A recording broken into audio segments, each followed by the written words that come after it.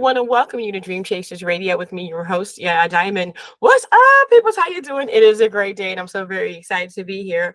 You know, we have an author on the show today. We have an author. Yes, I'm very excited to have authors on my show because I think authors are amazing. Okay, amazing people. And I have Kitty Caley here, and she's here to tell us about her book and what she's doing. Kitty, thank you so much. It's been a long time coming since we've tried to get you on the show. Thank you so much for being here. Well, thank you for inviting me. Oh, anytime, anytime. Okay, so tell us about yourself before we get into this book, girl. Just tell us, just tell us. Well, the book is all about me and my son. Yeah. Wow. And Wow. mm, So, how did you know you wanted to write this book? Because everybody has something, but not everybody wants to share. well, to start with, I hadn't even thought about it. But while my son was sick, it was suggested to me that I needed to write about him. And I thought, well, I don't know really if I really would, let alone go public. Mm, And anyhow, I told my son about, in fact, about everything we talk about is in the book. He's having a conversation with his cousin in Baltimore, Debbie, saying, Mother's going to write a book. And of course, he knew it was about him.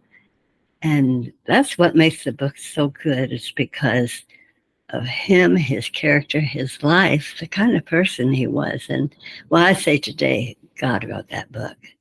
mm, Really, he did. That book, if I start today, it'd be nothing like when it came out because I started it 6 months after he had passed on, gone on, and it's just well, everything about. In fact, I think that's why it needs to come out today, is because of our world today. It mm, is so upside down. And mm, it's amazing how that's why I say God wrote this book. He mm. meant for it to be written. He gave me the son. He was as he was, his character. Well, even until I wrote the book, no one had any idea ever of his heartache starting in his younger years because he was so giving and caring right up to the end. And everything I talk about, it's in the book. The Yeah. way he was, his character. I mean, I was so blessed. It's just, wow. Mm. It, Wow. I mean, the book there, it covers so many subjects. That's why I know God meant for this book to be written. He Mm, meant for me to have the son, him to be his character in that, because he was always, from little boy right up to manhood, even when he was lying there sick, about to die at any time. It's wow. the way he was still loving and giving and concerned for you, not Mm, just mother, but for you. Everyone that knew him knew this was Chip. mm, wow.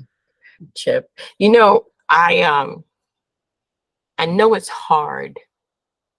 I know it can be very painful losing a child. How did you get over that before you wrote the book? Because I know the book can help. Am I incorrect in saying that?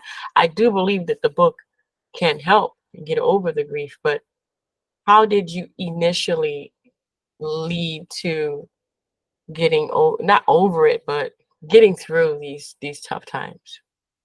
Well, again, I give it to God and to Chip. Um, I just feel, I mean, Chip is one that kept me going, made me strong. We made each other strong. I mean, he was never a mama's boy. In fact, that subject comes up in the book. Yeah, but no, he wasn't a mama's boy, and everybody knew that. I mean, and his friend Rhonda and Beth, they were two really special people in his life. I mean, and again, it's in there about him and Beth going to the Bahamas and anyhow, and Rhonda right up to the end, her and Darlene and held their funeral and everything. They were there, and Mm. what they did in presenting the roses and everything. Wow. Wow. It's just, and Wow. even at the eulogy and out at the gravesite, for years after he had passed away, of course, it's been a while now, but back then, Chipper always, as a little boy growing up, he had balloons. In fact, in real estate, when he was given the gift to his clients, when the deal had closed and everything, he always included balloons with this gift to them. And he said, Mother, he says, I'd like balloons at my gravesite. And I didn't really say anything, but I thought, wow, would that be right? But he wanted them. Yeah. Well, you know what? The minister says, later, apparently, Chipper said something to him. He said, you have 3 balloons out there at the gravesite. Anyhow, so we did. My husband, Jerry, and I, we had the balloons out there at the gravesite. We got 3 white balloons.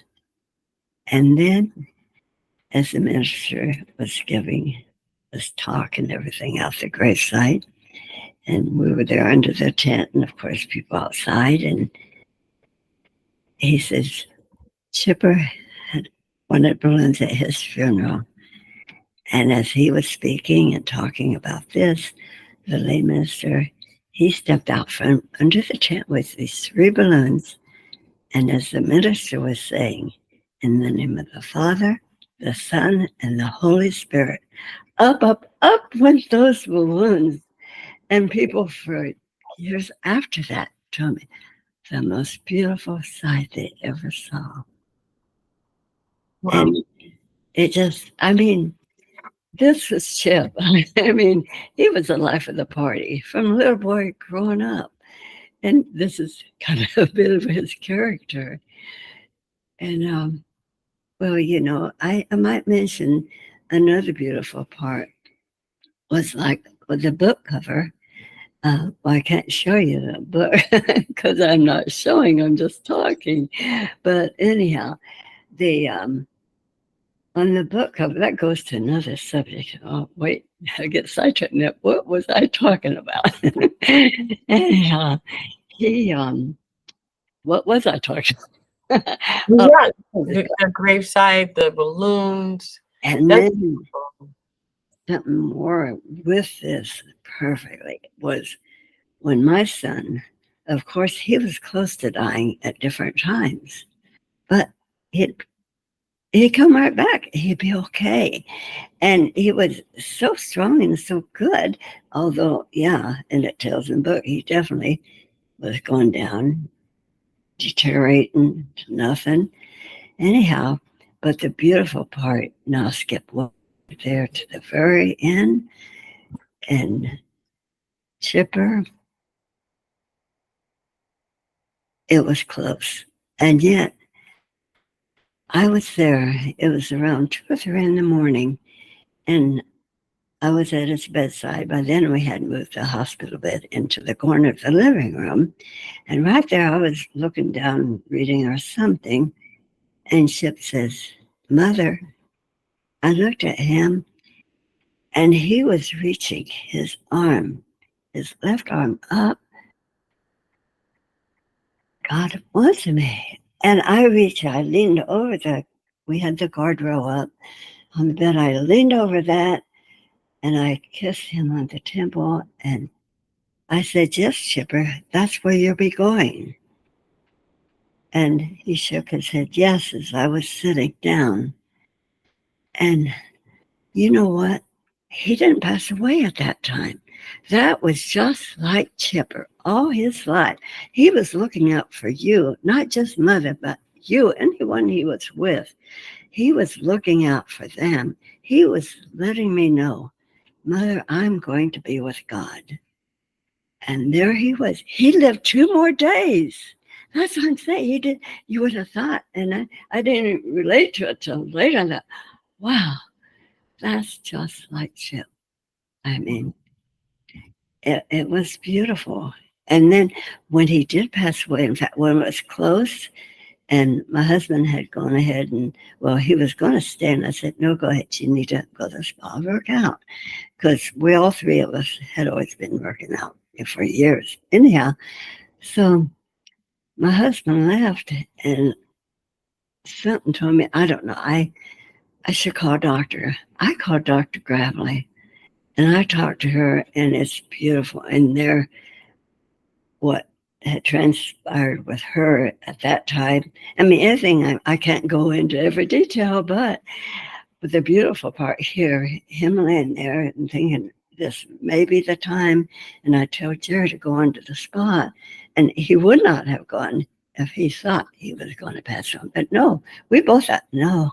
Anyhow, while Jerry was gone, I thought, well, really, you're supposed to call a doctor. I called Dr. Gravely, and it's beautiful. I recorded our conversation, and it is in the book, word for word. She just loved Chipper. I mean, everyone did. Yeah, she talked about him. It's beautiful how she talked, and she said when he had gone there for what was happening at that time with him, she said he didn't belong here, and he didn't. In fact, it wasn't until they got the paperwork together and they sent him back home.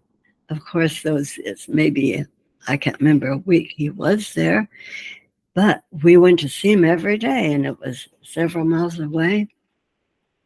Anyhow, that's just an example of how it was at the very end. It's just like when he was born. In the very beginning, my husband and we wanted a little boy. I guess it's because I always think of my older brother Dwayne being the oldest in the family. Boy should be first. And this was really how it was. And luckily, my husband, and he was a Twig. Chipper's birth name. Well, he was born. We had the boy, the son we wanted. And his name was Emory Dale Twigg. And then it's in the book. This book covers so much because years later, with my husband, Jerry Williamson, I'd been married to 25 years. Mm-hmm. And it goes on about their, see, I lose my train of thought. Anyhow, what had happened during those 25 years with Jerry, though, then Chipper legally, rightfully, took his name, Williamson. And when he passed away, well, in fact, there was this little, when he was a little boy, the neighbor girl, she had her baby, and his name was Brandon. He says, Mother, I've always liked that name, Brandon. You know what? He took that name when he became a Williamson. He became Brandon T. for Brandon Twigg, but he just say Brandon T. Williamson. Wow. I mean, that's why I mean, this is why it's so important today for this book. And I believe it's the timing is needed because of so much in the world today. And the big part is that that's why I say God meant for this book to be written. That's why I say he wrote it. It covers so much in just a short 27 years Chip was on this earth. It's just like myself, then learning when I could not have another child. Oh, that was the worst thing. See, that's even hard yet today for me to talk about. Now, all these abortions and people having kids to get the money. This is where I can help so many of these girls, whatever. Anyhow, it takes two to bring that child into bearing to begin with. And then it is just so important that child needs the love and the care from day one. And even before the book, I always said, those first 5 years are the most important years of every child's life. And it is us, Kitty. You know what you're talking about right here. Yes, they do. Yeah, they're little, sweet little innocent babies up to 5 years, but they know their surroundings, what's going on, what's happening. And that is their foundation Yeah. when they become adults. And that's why today I can say from day one, everything Shipper went through up to the end, I am proud of him. In fact, that's why I said look in the beginning, and when I had this conversation with Cynthia at the spa, and excuse me, I say, I told her that, you know, I'm from our friend because I explained something that, now what was I talking about? It was at the spa. Oh, it was because I was telling her and we were having a conversation about her kids and my kids, and she says, well, how old was your son when he passed away? And I let her know. And I said, in fact, that conversation, I related to her of him being gay and dying of AIDS. And that was really the first time I opened up. Well, we were friends when we were, you know, after our workout, swimming and exercising, and then getting ready, rushing to get ready because I had to be work at 9 o'clock, and that was at 6 o'clock in the morning. I had my mouth swim and my workout, and then anyhow, it was at that time I let her know, and Yeah. wow, I had to because I'm very honest. And Chip, that's the most important thing because, well, he always, everybody called him Brandon, but Kitty kept calling him Chip. And he was named after, in fact, before he was even born. See, I'm skipping over if you can follow me. I But can follow you. it was before he was even born. And my husband and my stepfather, Chris, they always played and joked around. And then after Chipper was born with him, and but before he's born, he says, "Well, we got to think of a good name for him when he's born." He says, "Chip." I says, "Chip." He says, "Yeah, you know, in those days it's Chip off the block." Well, Hmm. this was Chip off the twig. And I said, "Oh, I wouldn't have such a name on my child." And I really meant it. Oh, I thought, no, not Chip, because I was going to call him Eddie, the initials ED for Emory Dale. Mm. You know what? Later, my husband said, "What did you call him?" Chip. He was a good Chip all the way to the very end. Oh. Everyone else called him Brandon, but it was just anyhow, it was his character, his person. Yes, he was gay. He died of AIDS. Everyone, of course, that knew me knew this, but it's just like, well, you know, after I wrote the book, and then I thought, no, it's not right to make money off of my son's life. Well, you know, I went down to the Dallas bookstore, to Crossroads there, and I was looking for a publisher. I really knew nothing what to do. Well, William Wayburn, he was the owner and his partner. His partner was in, I believe, Washington, D.C., but William had me come into his office and we got to talking. And you know what happened? He took What? me right down the street in the next block to talk with Craig Hess.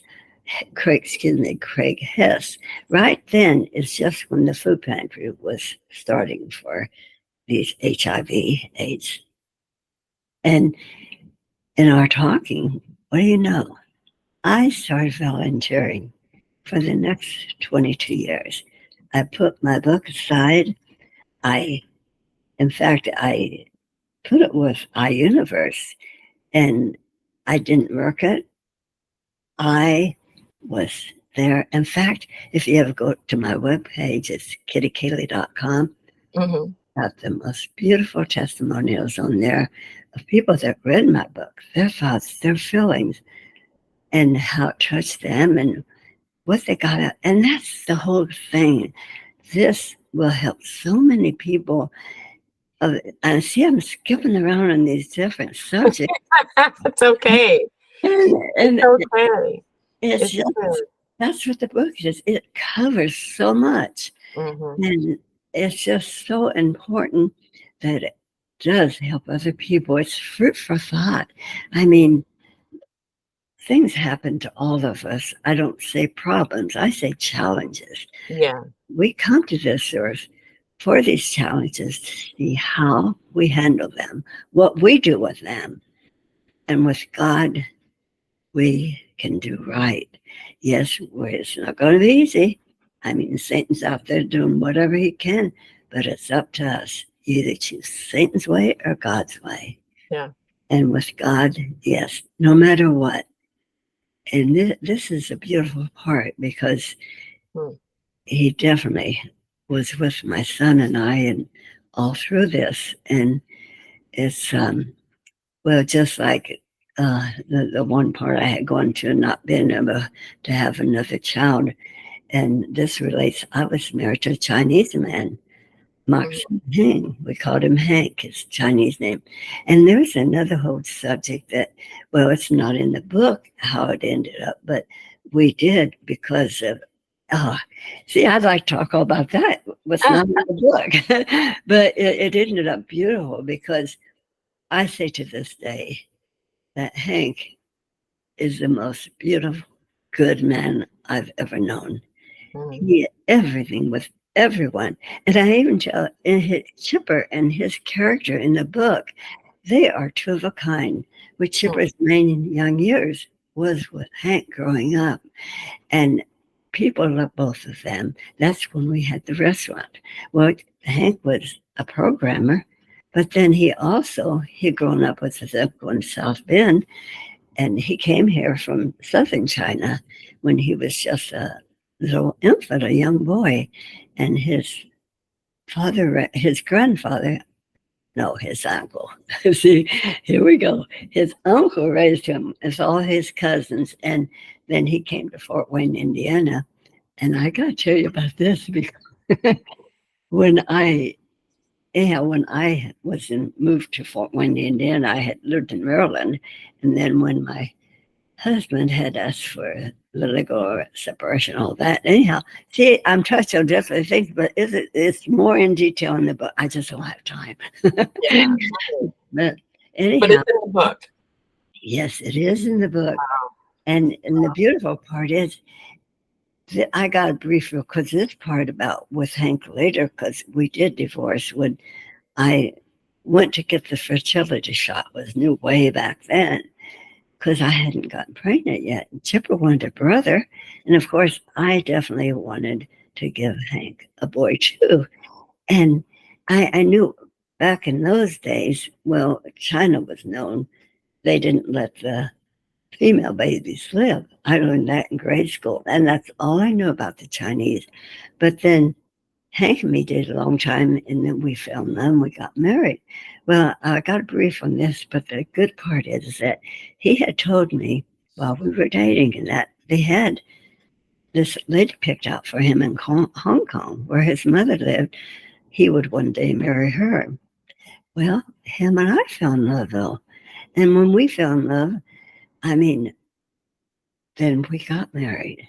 And the Mm. beautiful part is, and then I'm chummed over then, and because, like I said, then when I went to get that fertility shot, that was when the doctor said, "No, you're never having any more children." Um, Oh. that was the worst thing. Oh wow! I went back to the restaurant then, and Chipper and Hank was there in the dining area, and I told him, and Hank says, I love you. I love Chip. We're family. And we were so close knit. We were, and Chipper was there. And to tell them that I could not have any more, no brother for him and wanting to give Hank because of knowing a son.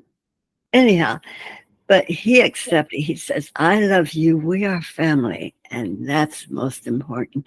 That's right. That's his whole attitude, always about everything with Mm. everyone.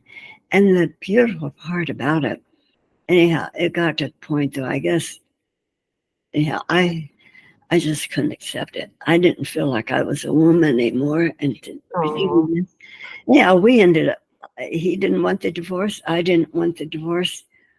And but it did happen. It just wasn't fair. But now I got her and tell the beautiful part before we run out of time. I have no idea how much time we got. And this is not in the book, but the beautiful part is, and it is in the book about Chipper when he went to Maryland to see Mhm. his own dad, and coming back, he stopped to see Martha. And when he was right, she was the elderly lady behind us there, and they were real close. Him and the little guy growing up. Anyhow, he stopped to see her, and as he was leaving, he did relate to her. Well, I'm going to go see Hank now.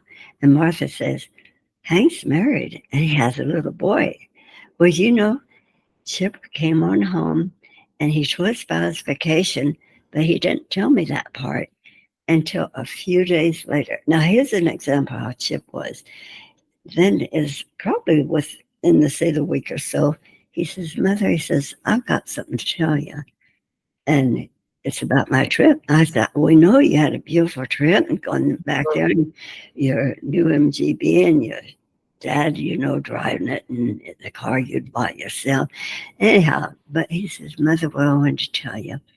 And then it's what I just said. He says, when I was leaving Martha's and I thought I was going to go see Hank, he says, now, Mother, he says, in one way, this is going to hurt you. And another way, it's going to make you happy. That's how he knew that's Mhm. the kind of person he was. Yeah. And he told me Hank was married and has a little boy. He knew, and he didn't want to hurt me, but he wanted me to have the happiness. And that definitely did. And that's what, and then I'll skip way over now to the end of the book. And I had called Hank to ask him about putting his picture in the book. Well, before that, I got to tell you, we did call Hank, and we hadn't talked to him in years, but we talked to him when Chipper knew him. He was living with death, and there's a conversation, and everything. The conversation with Aaron, my stepdaughter, her husband at that time, and anyhow, but back to um, here we go. This is my frame of thought. Um, where was I at? Uh, geez. So you had called him, and at the end, at the very end. Oh, yeah. And so then I called him at the very end to ask him if I could that's where I was to put his picture in the book.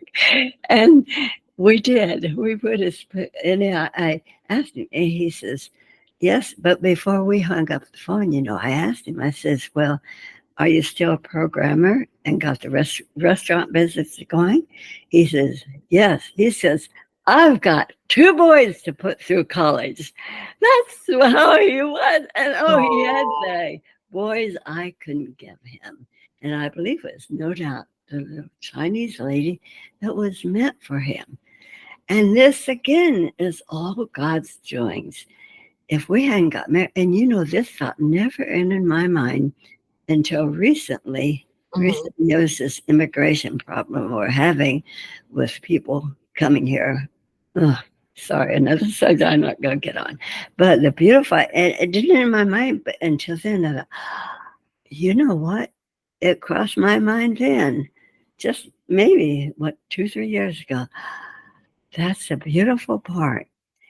If we had not gotten married, then when he brought her over here, they would have both been illegals. But you know Mhm. what? We got married.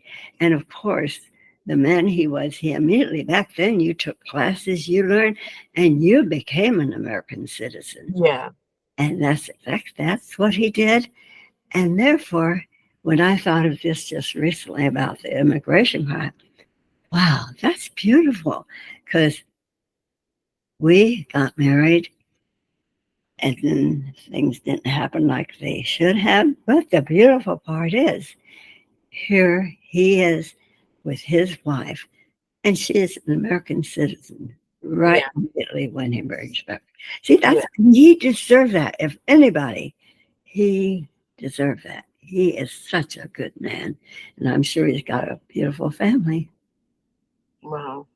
Well, Kitty, thank you so much for being on the show. I tell you what a wonderful story.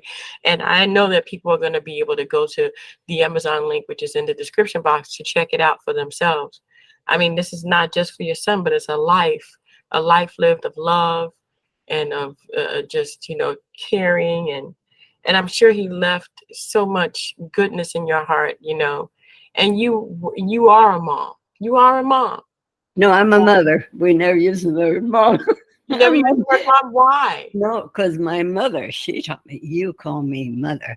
And she Okay. was always mother. you know, Okay. you know Well, what? you're a mother. You're a mother, I and got you will always be a mother. And it's just wonderful what you've done. there's an audiobook coming also, Hmm. and that's going to be with a company right here in Dallas, and that's the main thing because that's going to be coming out probably within the next month or so. But Nice. yeah, it's just and that's Books to Life Okay. market. I want to thank you guys so much for tuning in. I had a wonderful time with your storytelling today. Thank you so much, Kitty, for being on the show finally and for sharing all that wonderful story. I mean, it was just wonderful. And it continues and it goes into more deep depths and deepness inside of that book that you might want to go ahead and check out for yourselves.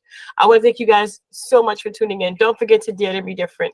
And until next time, guys, bye.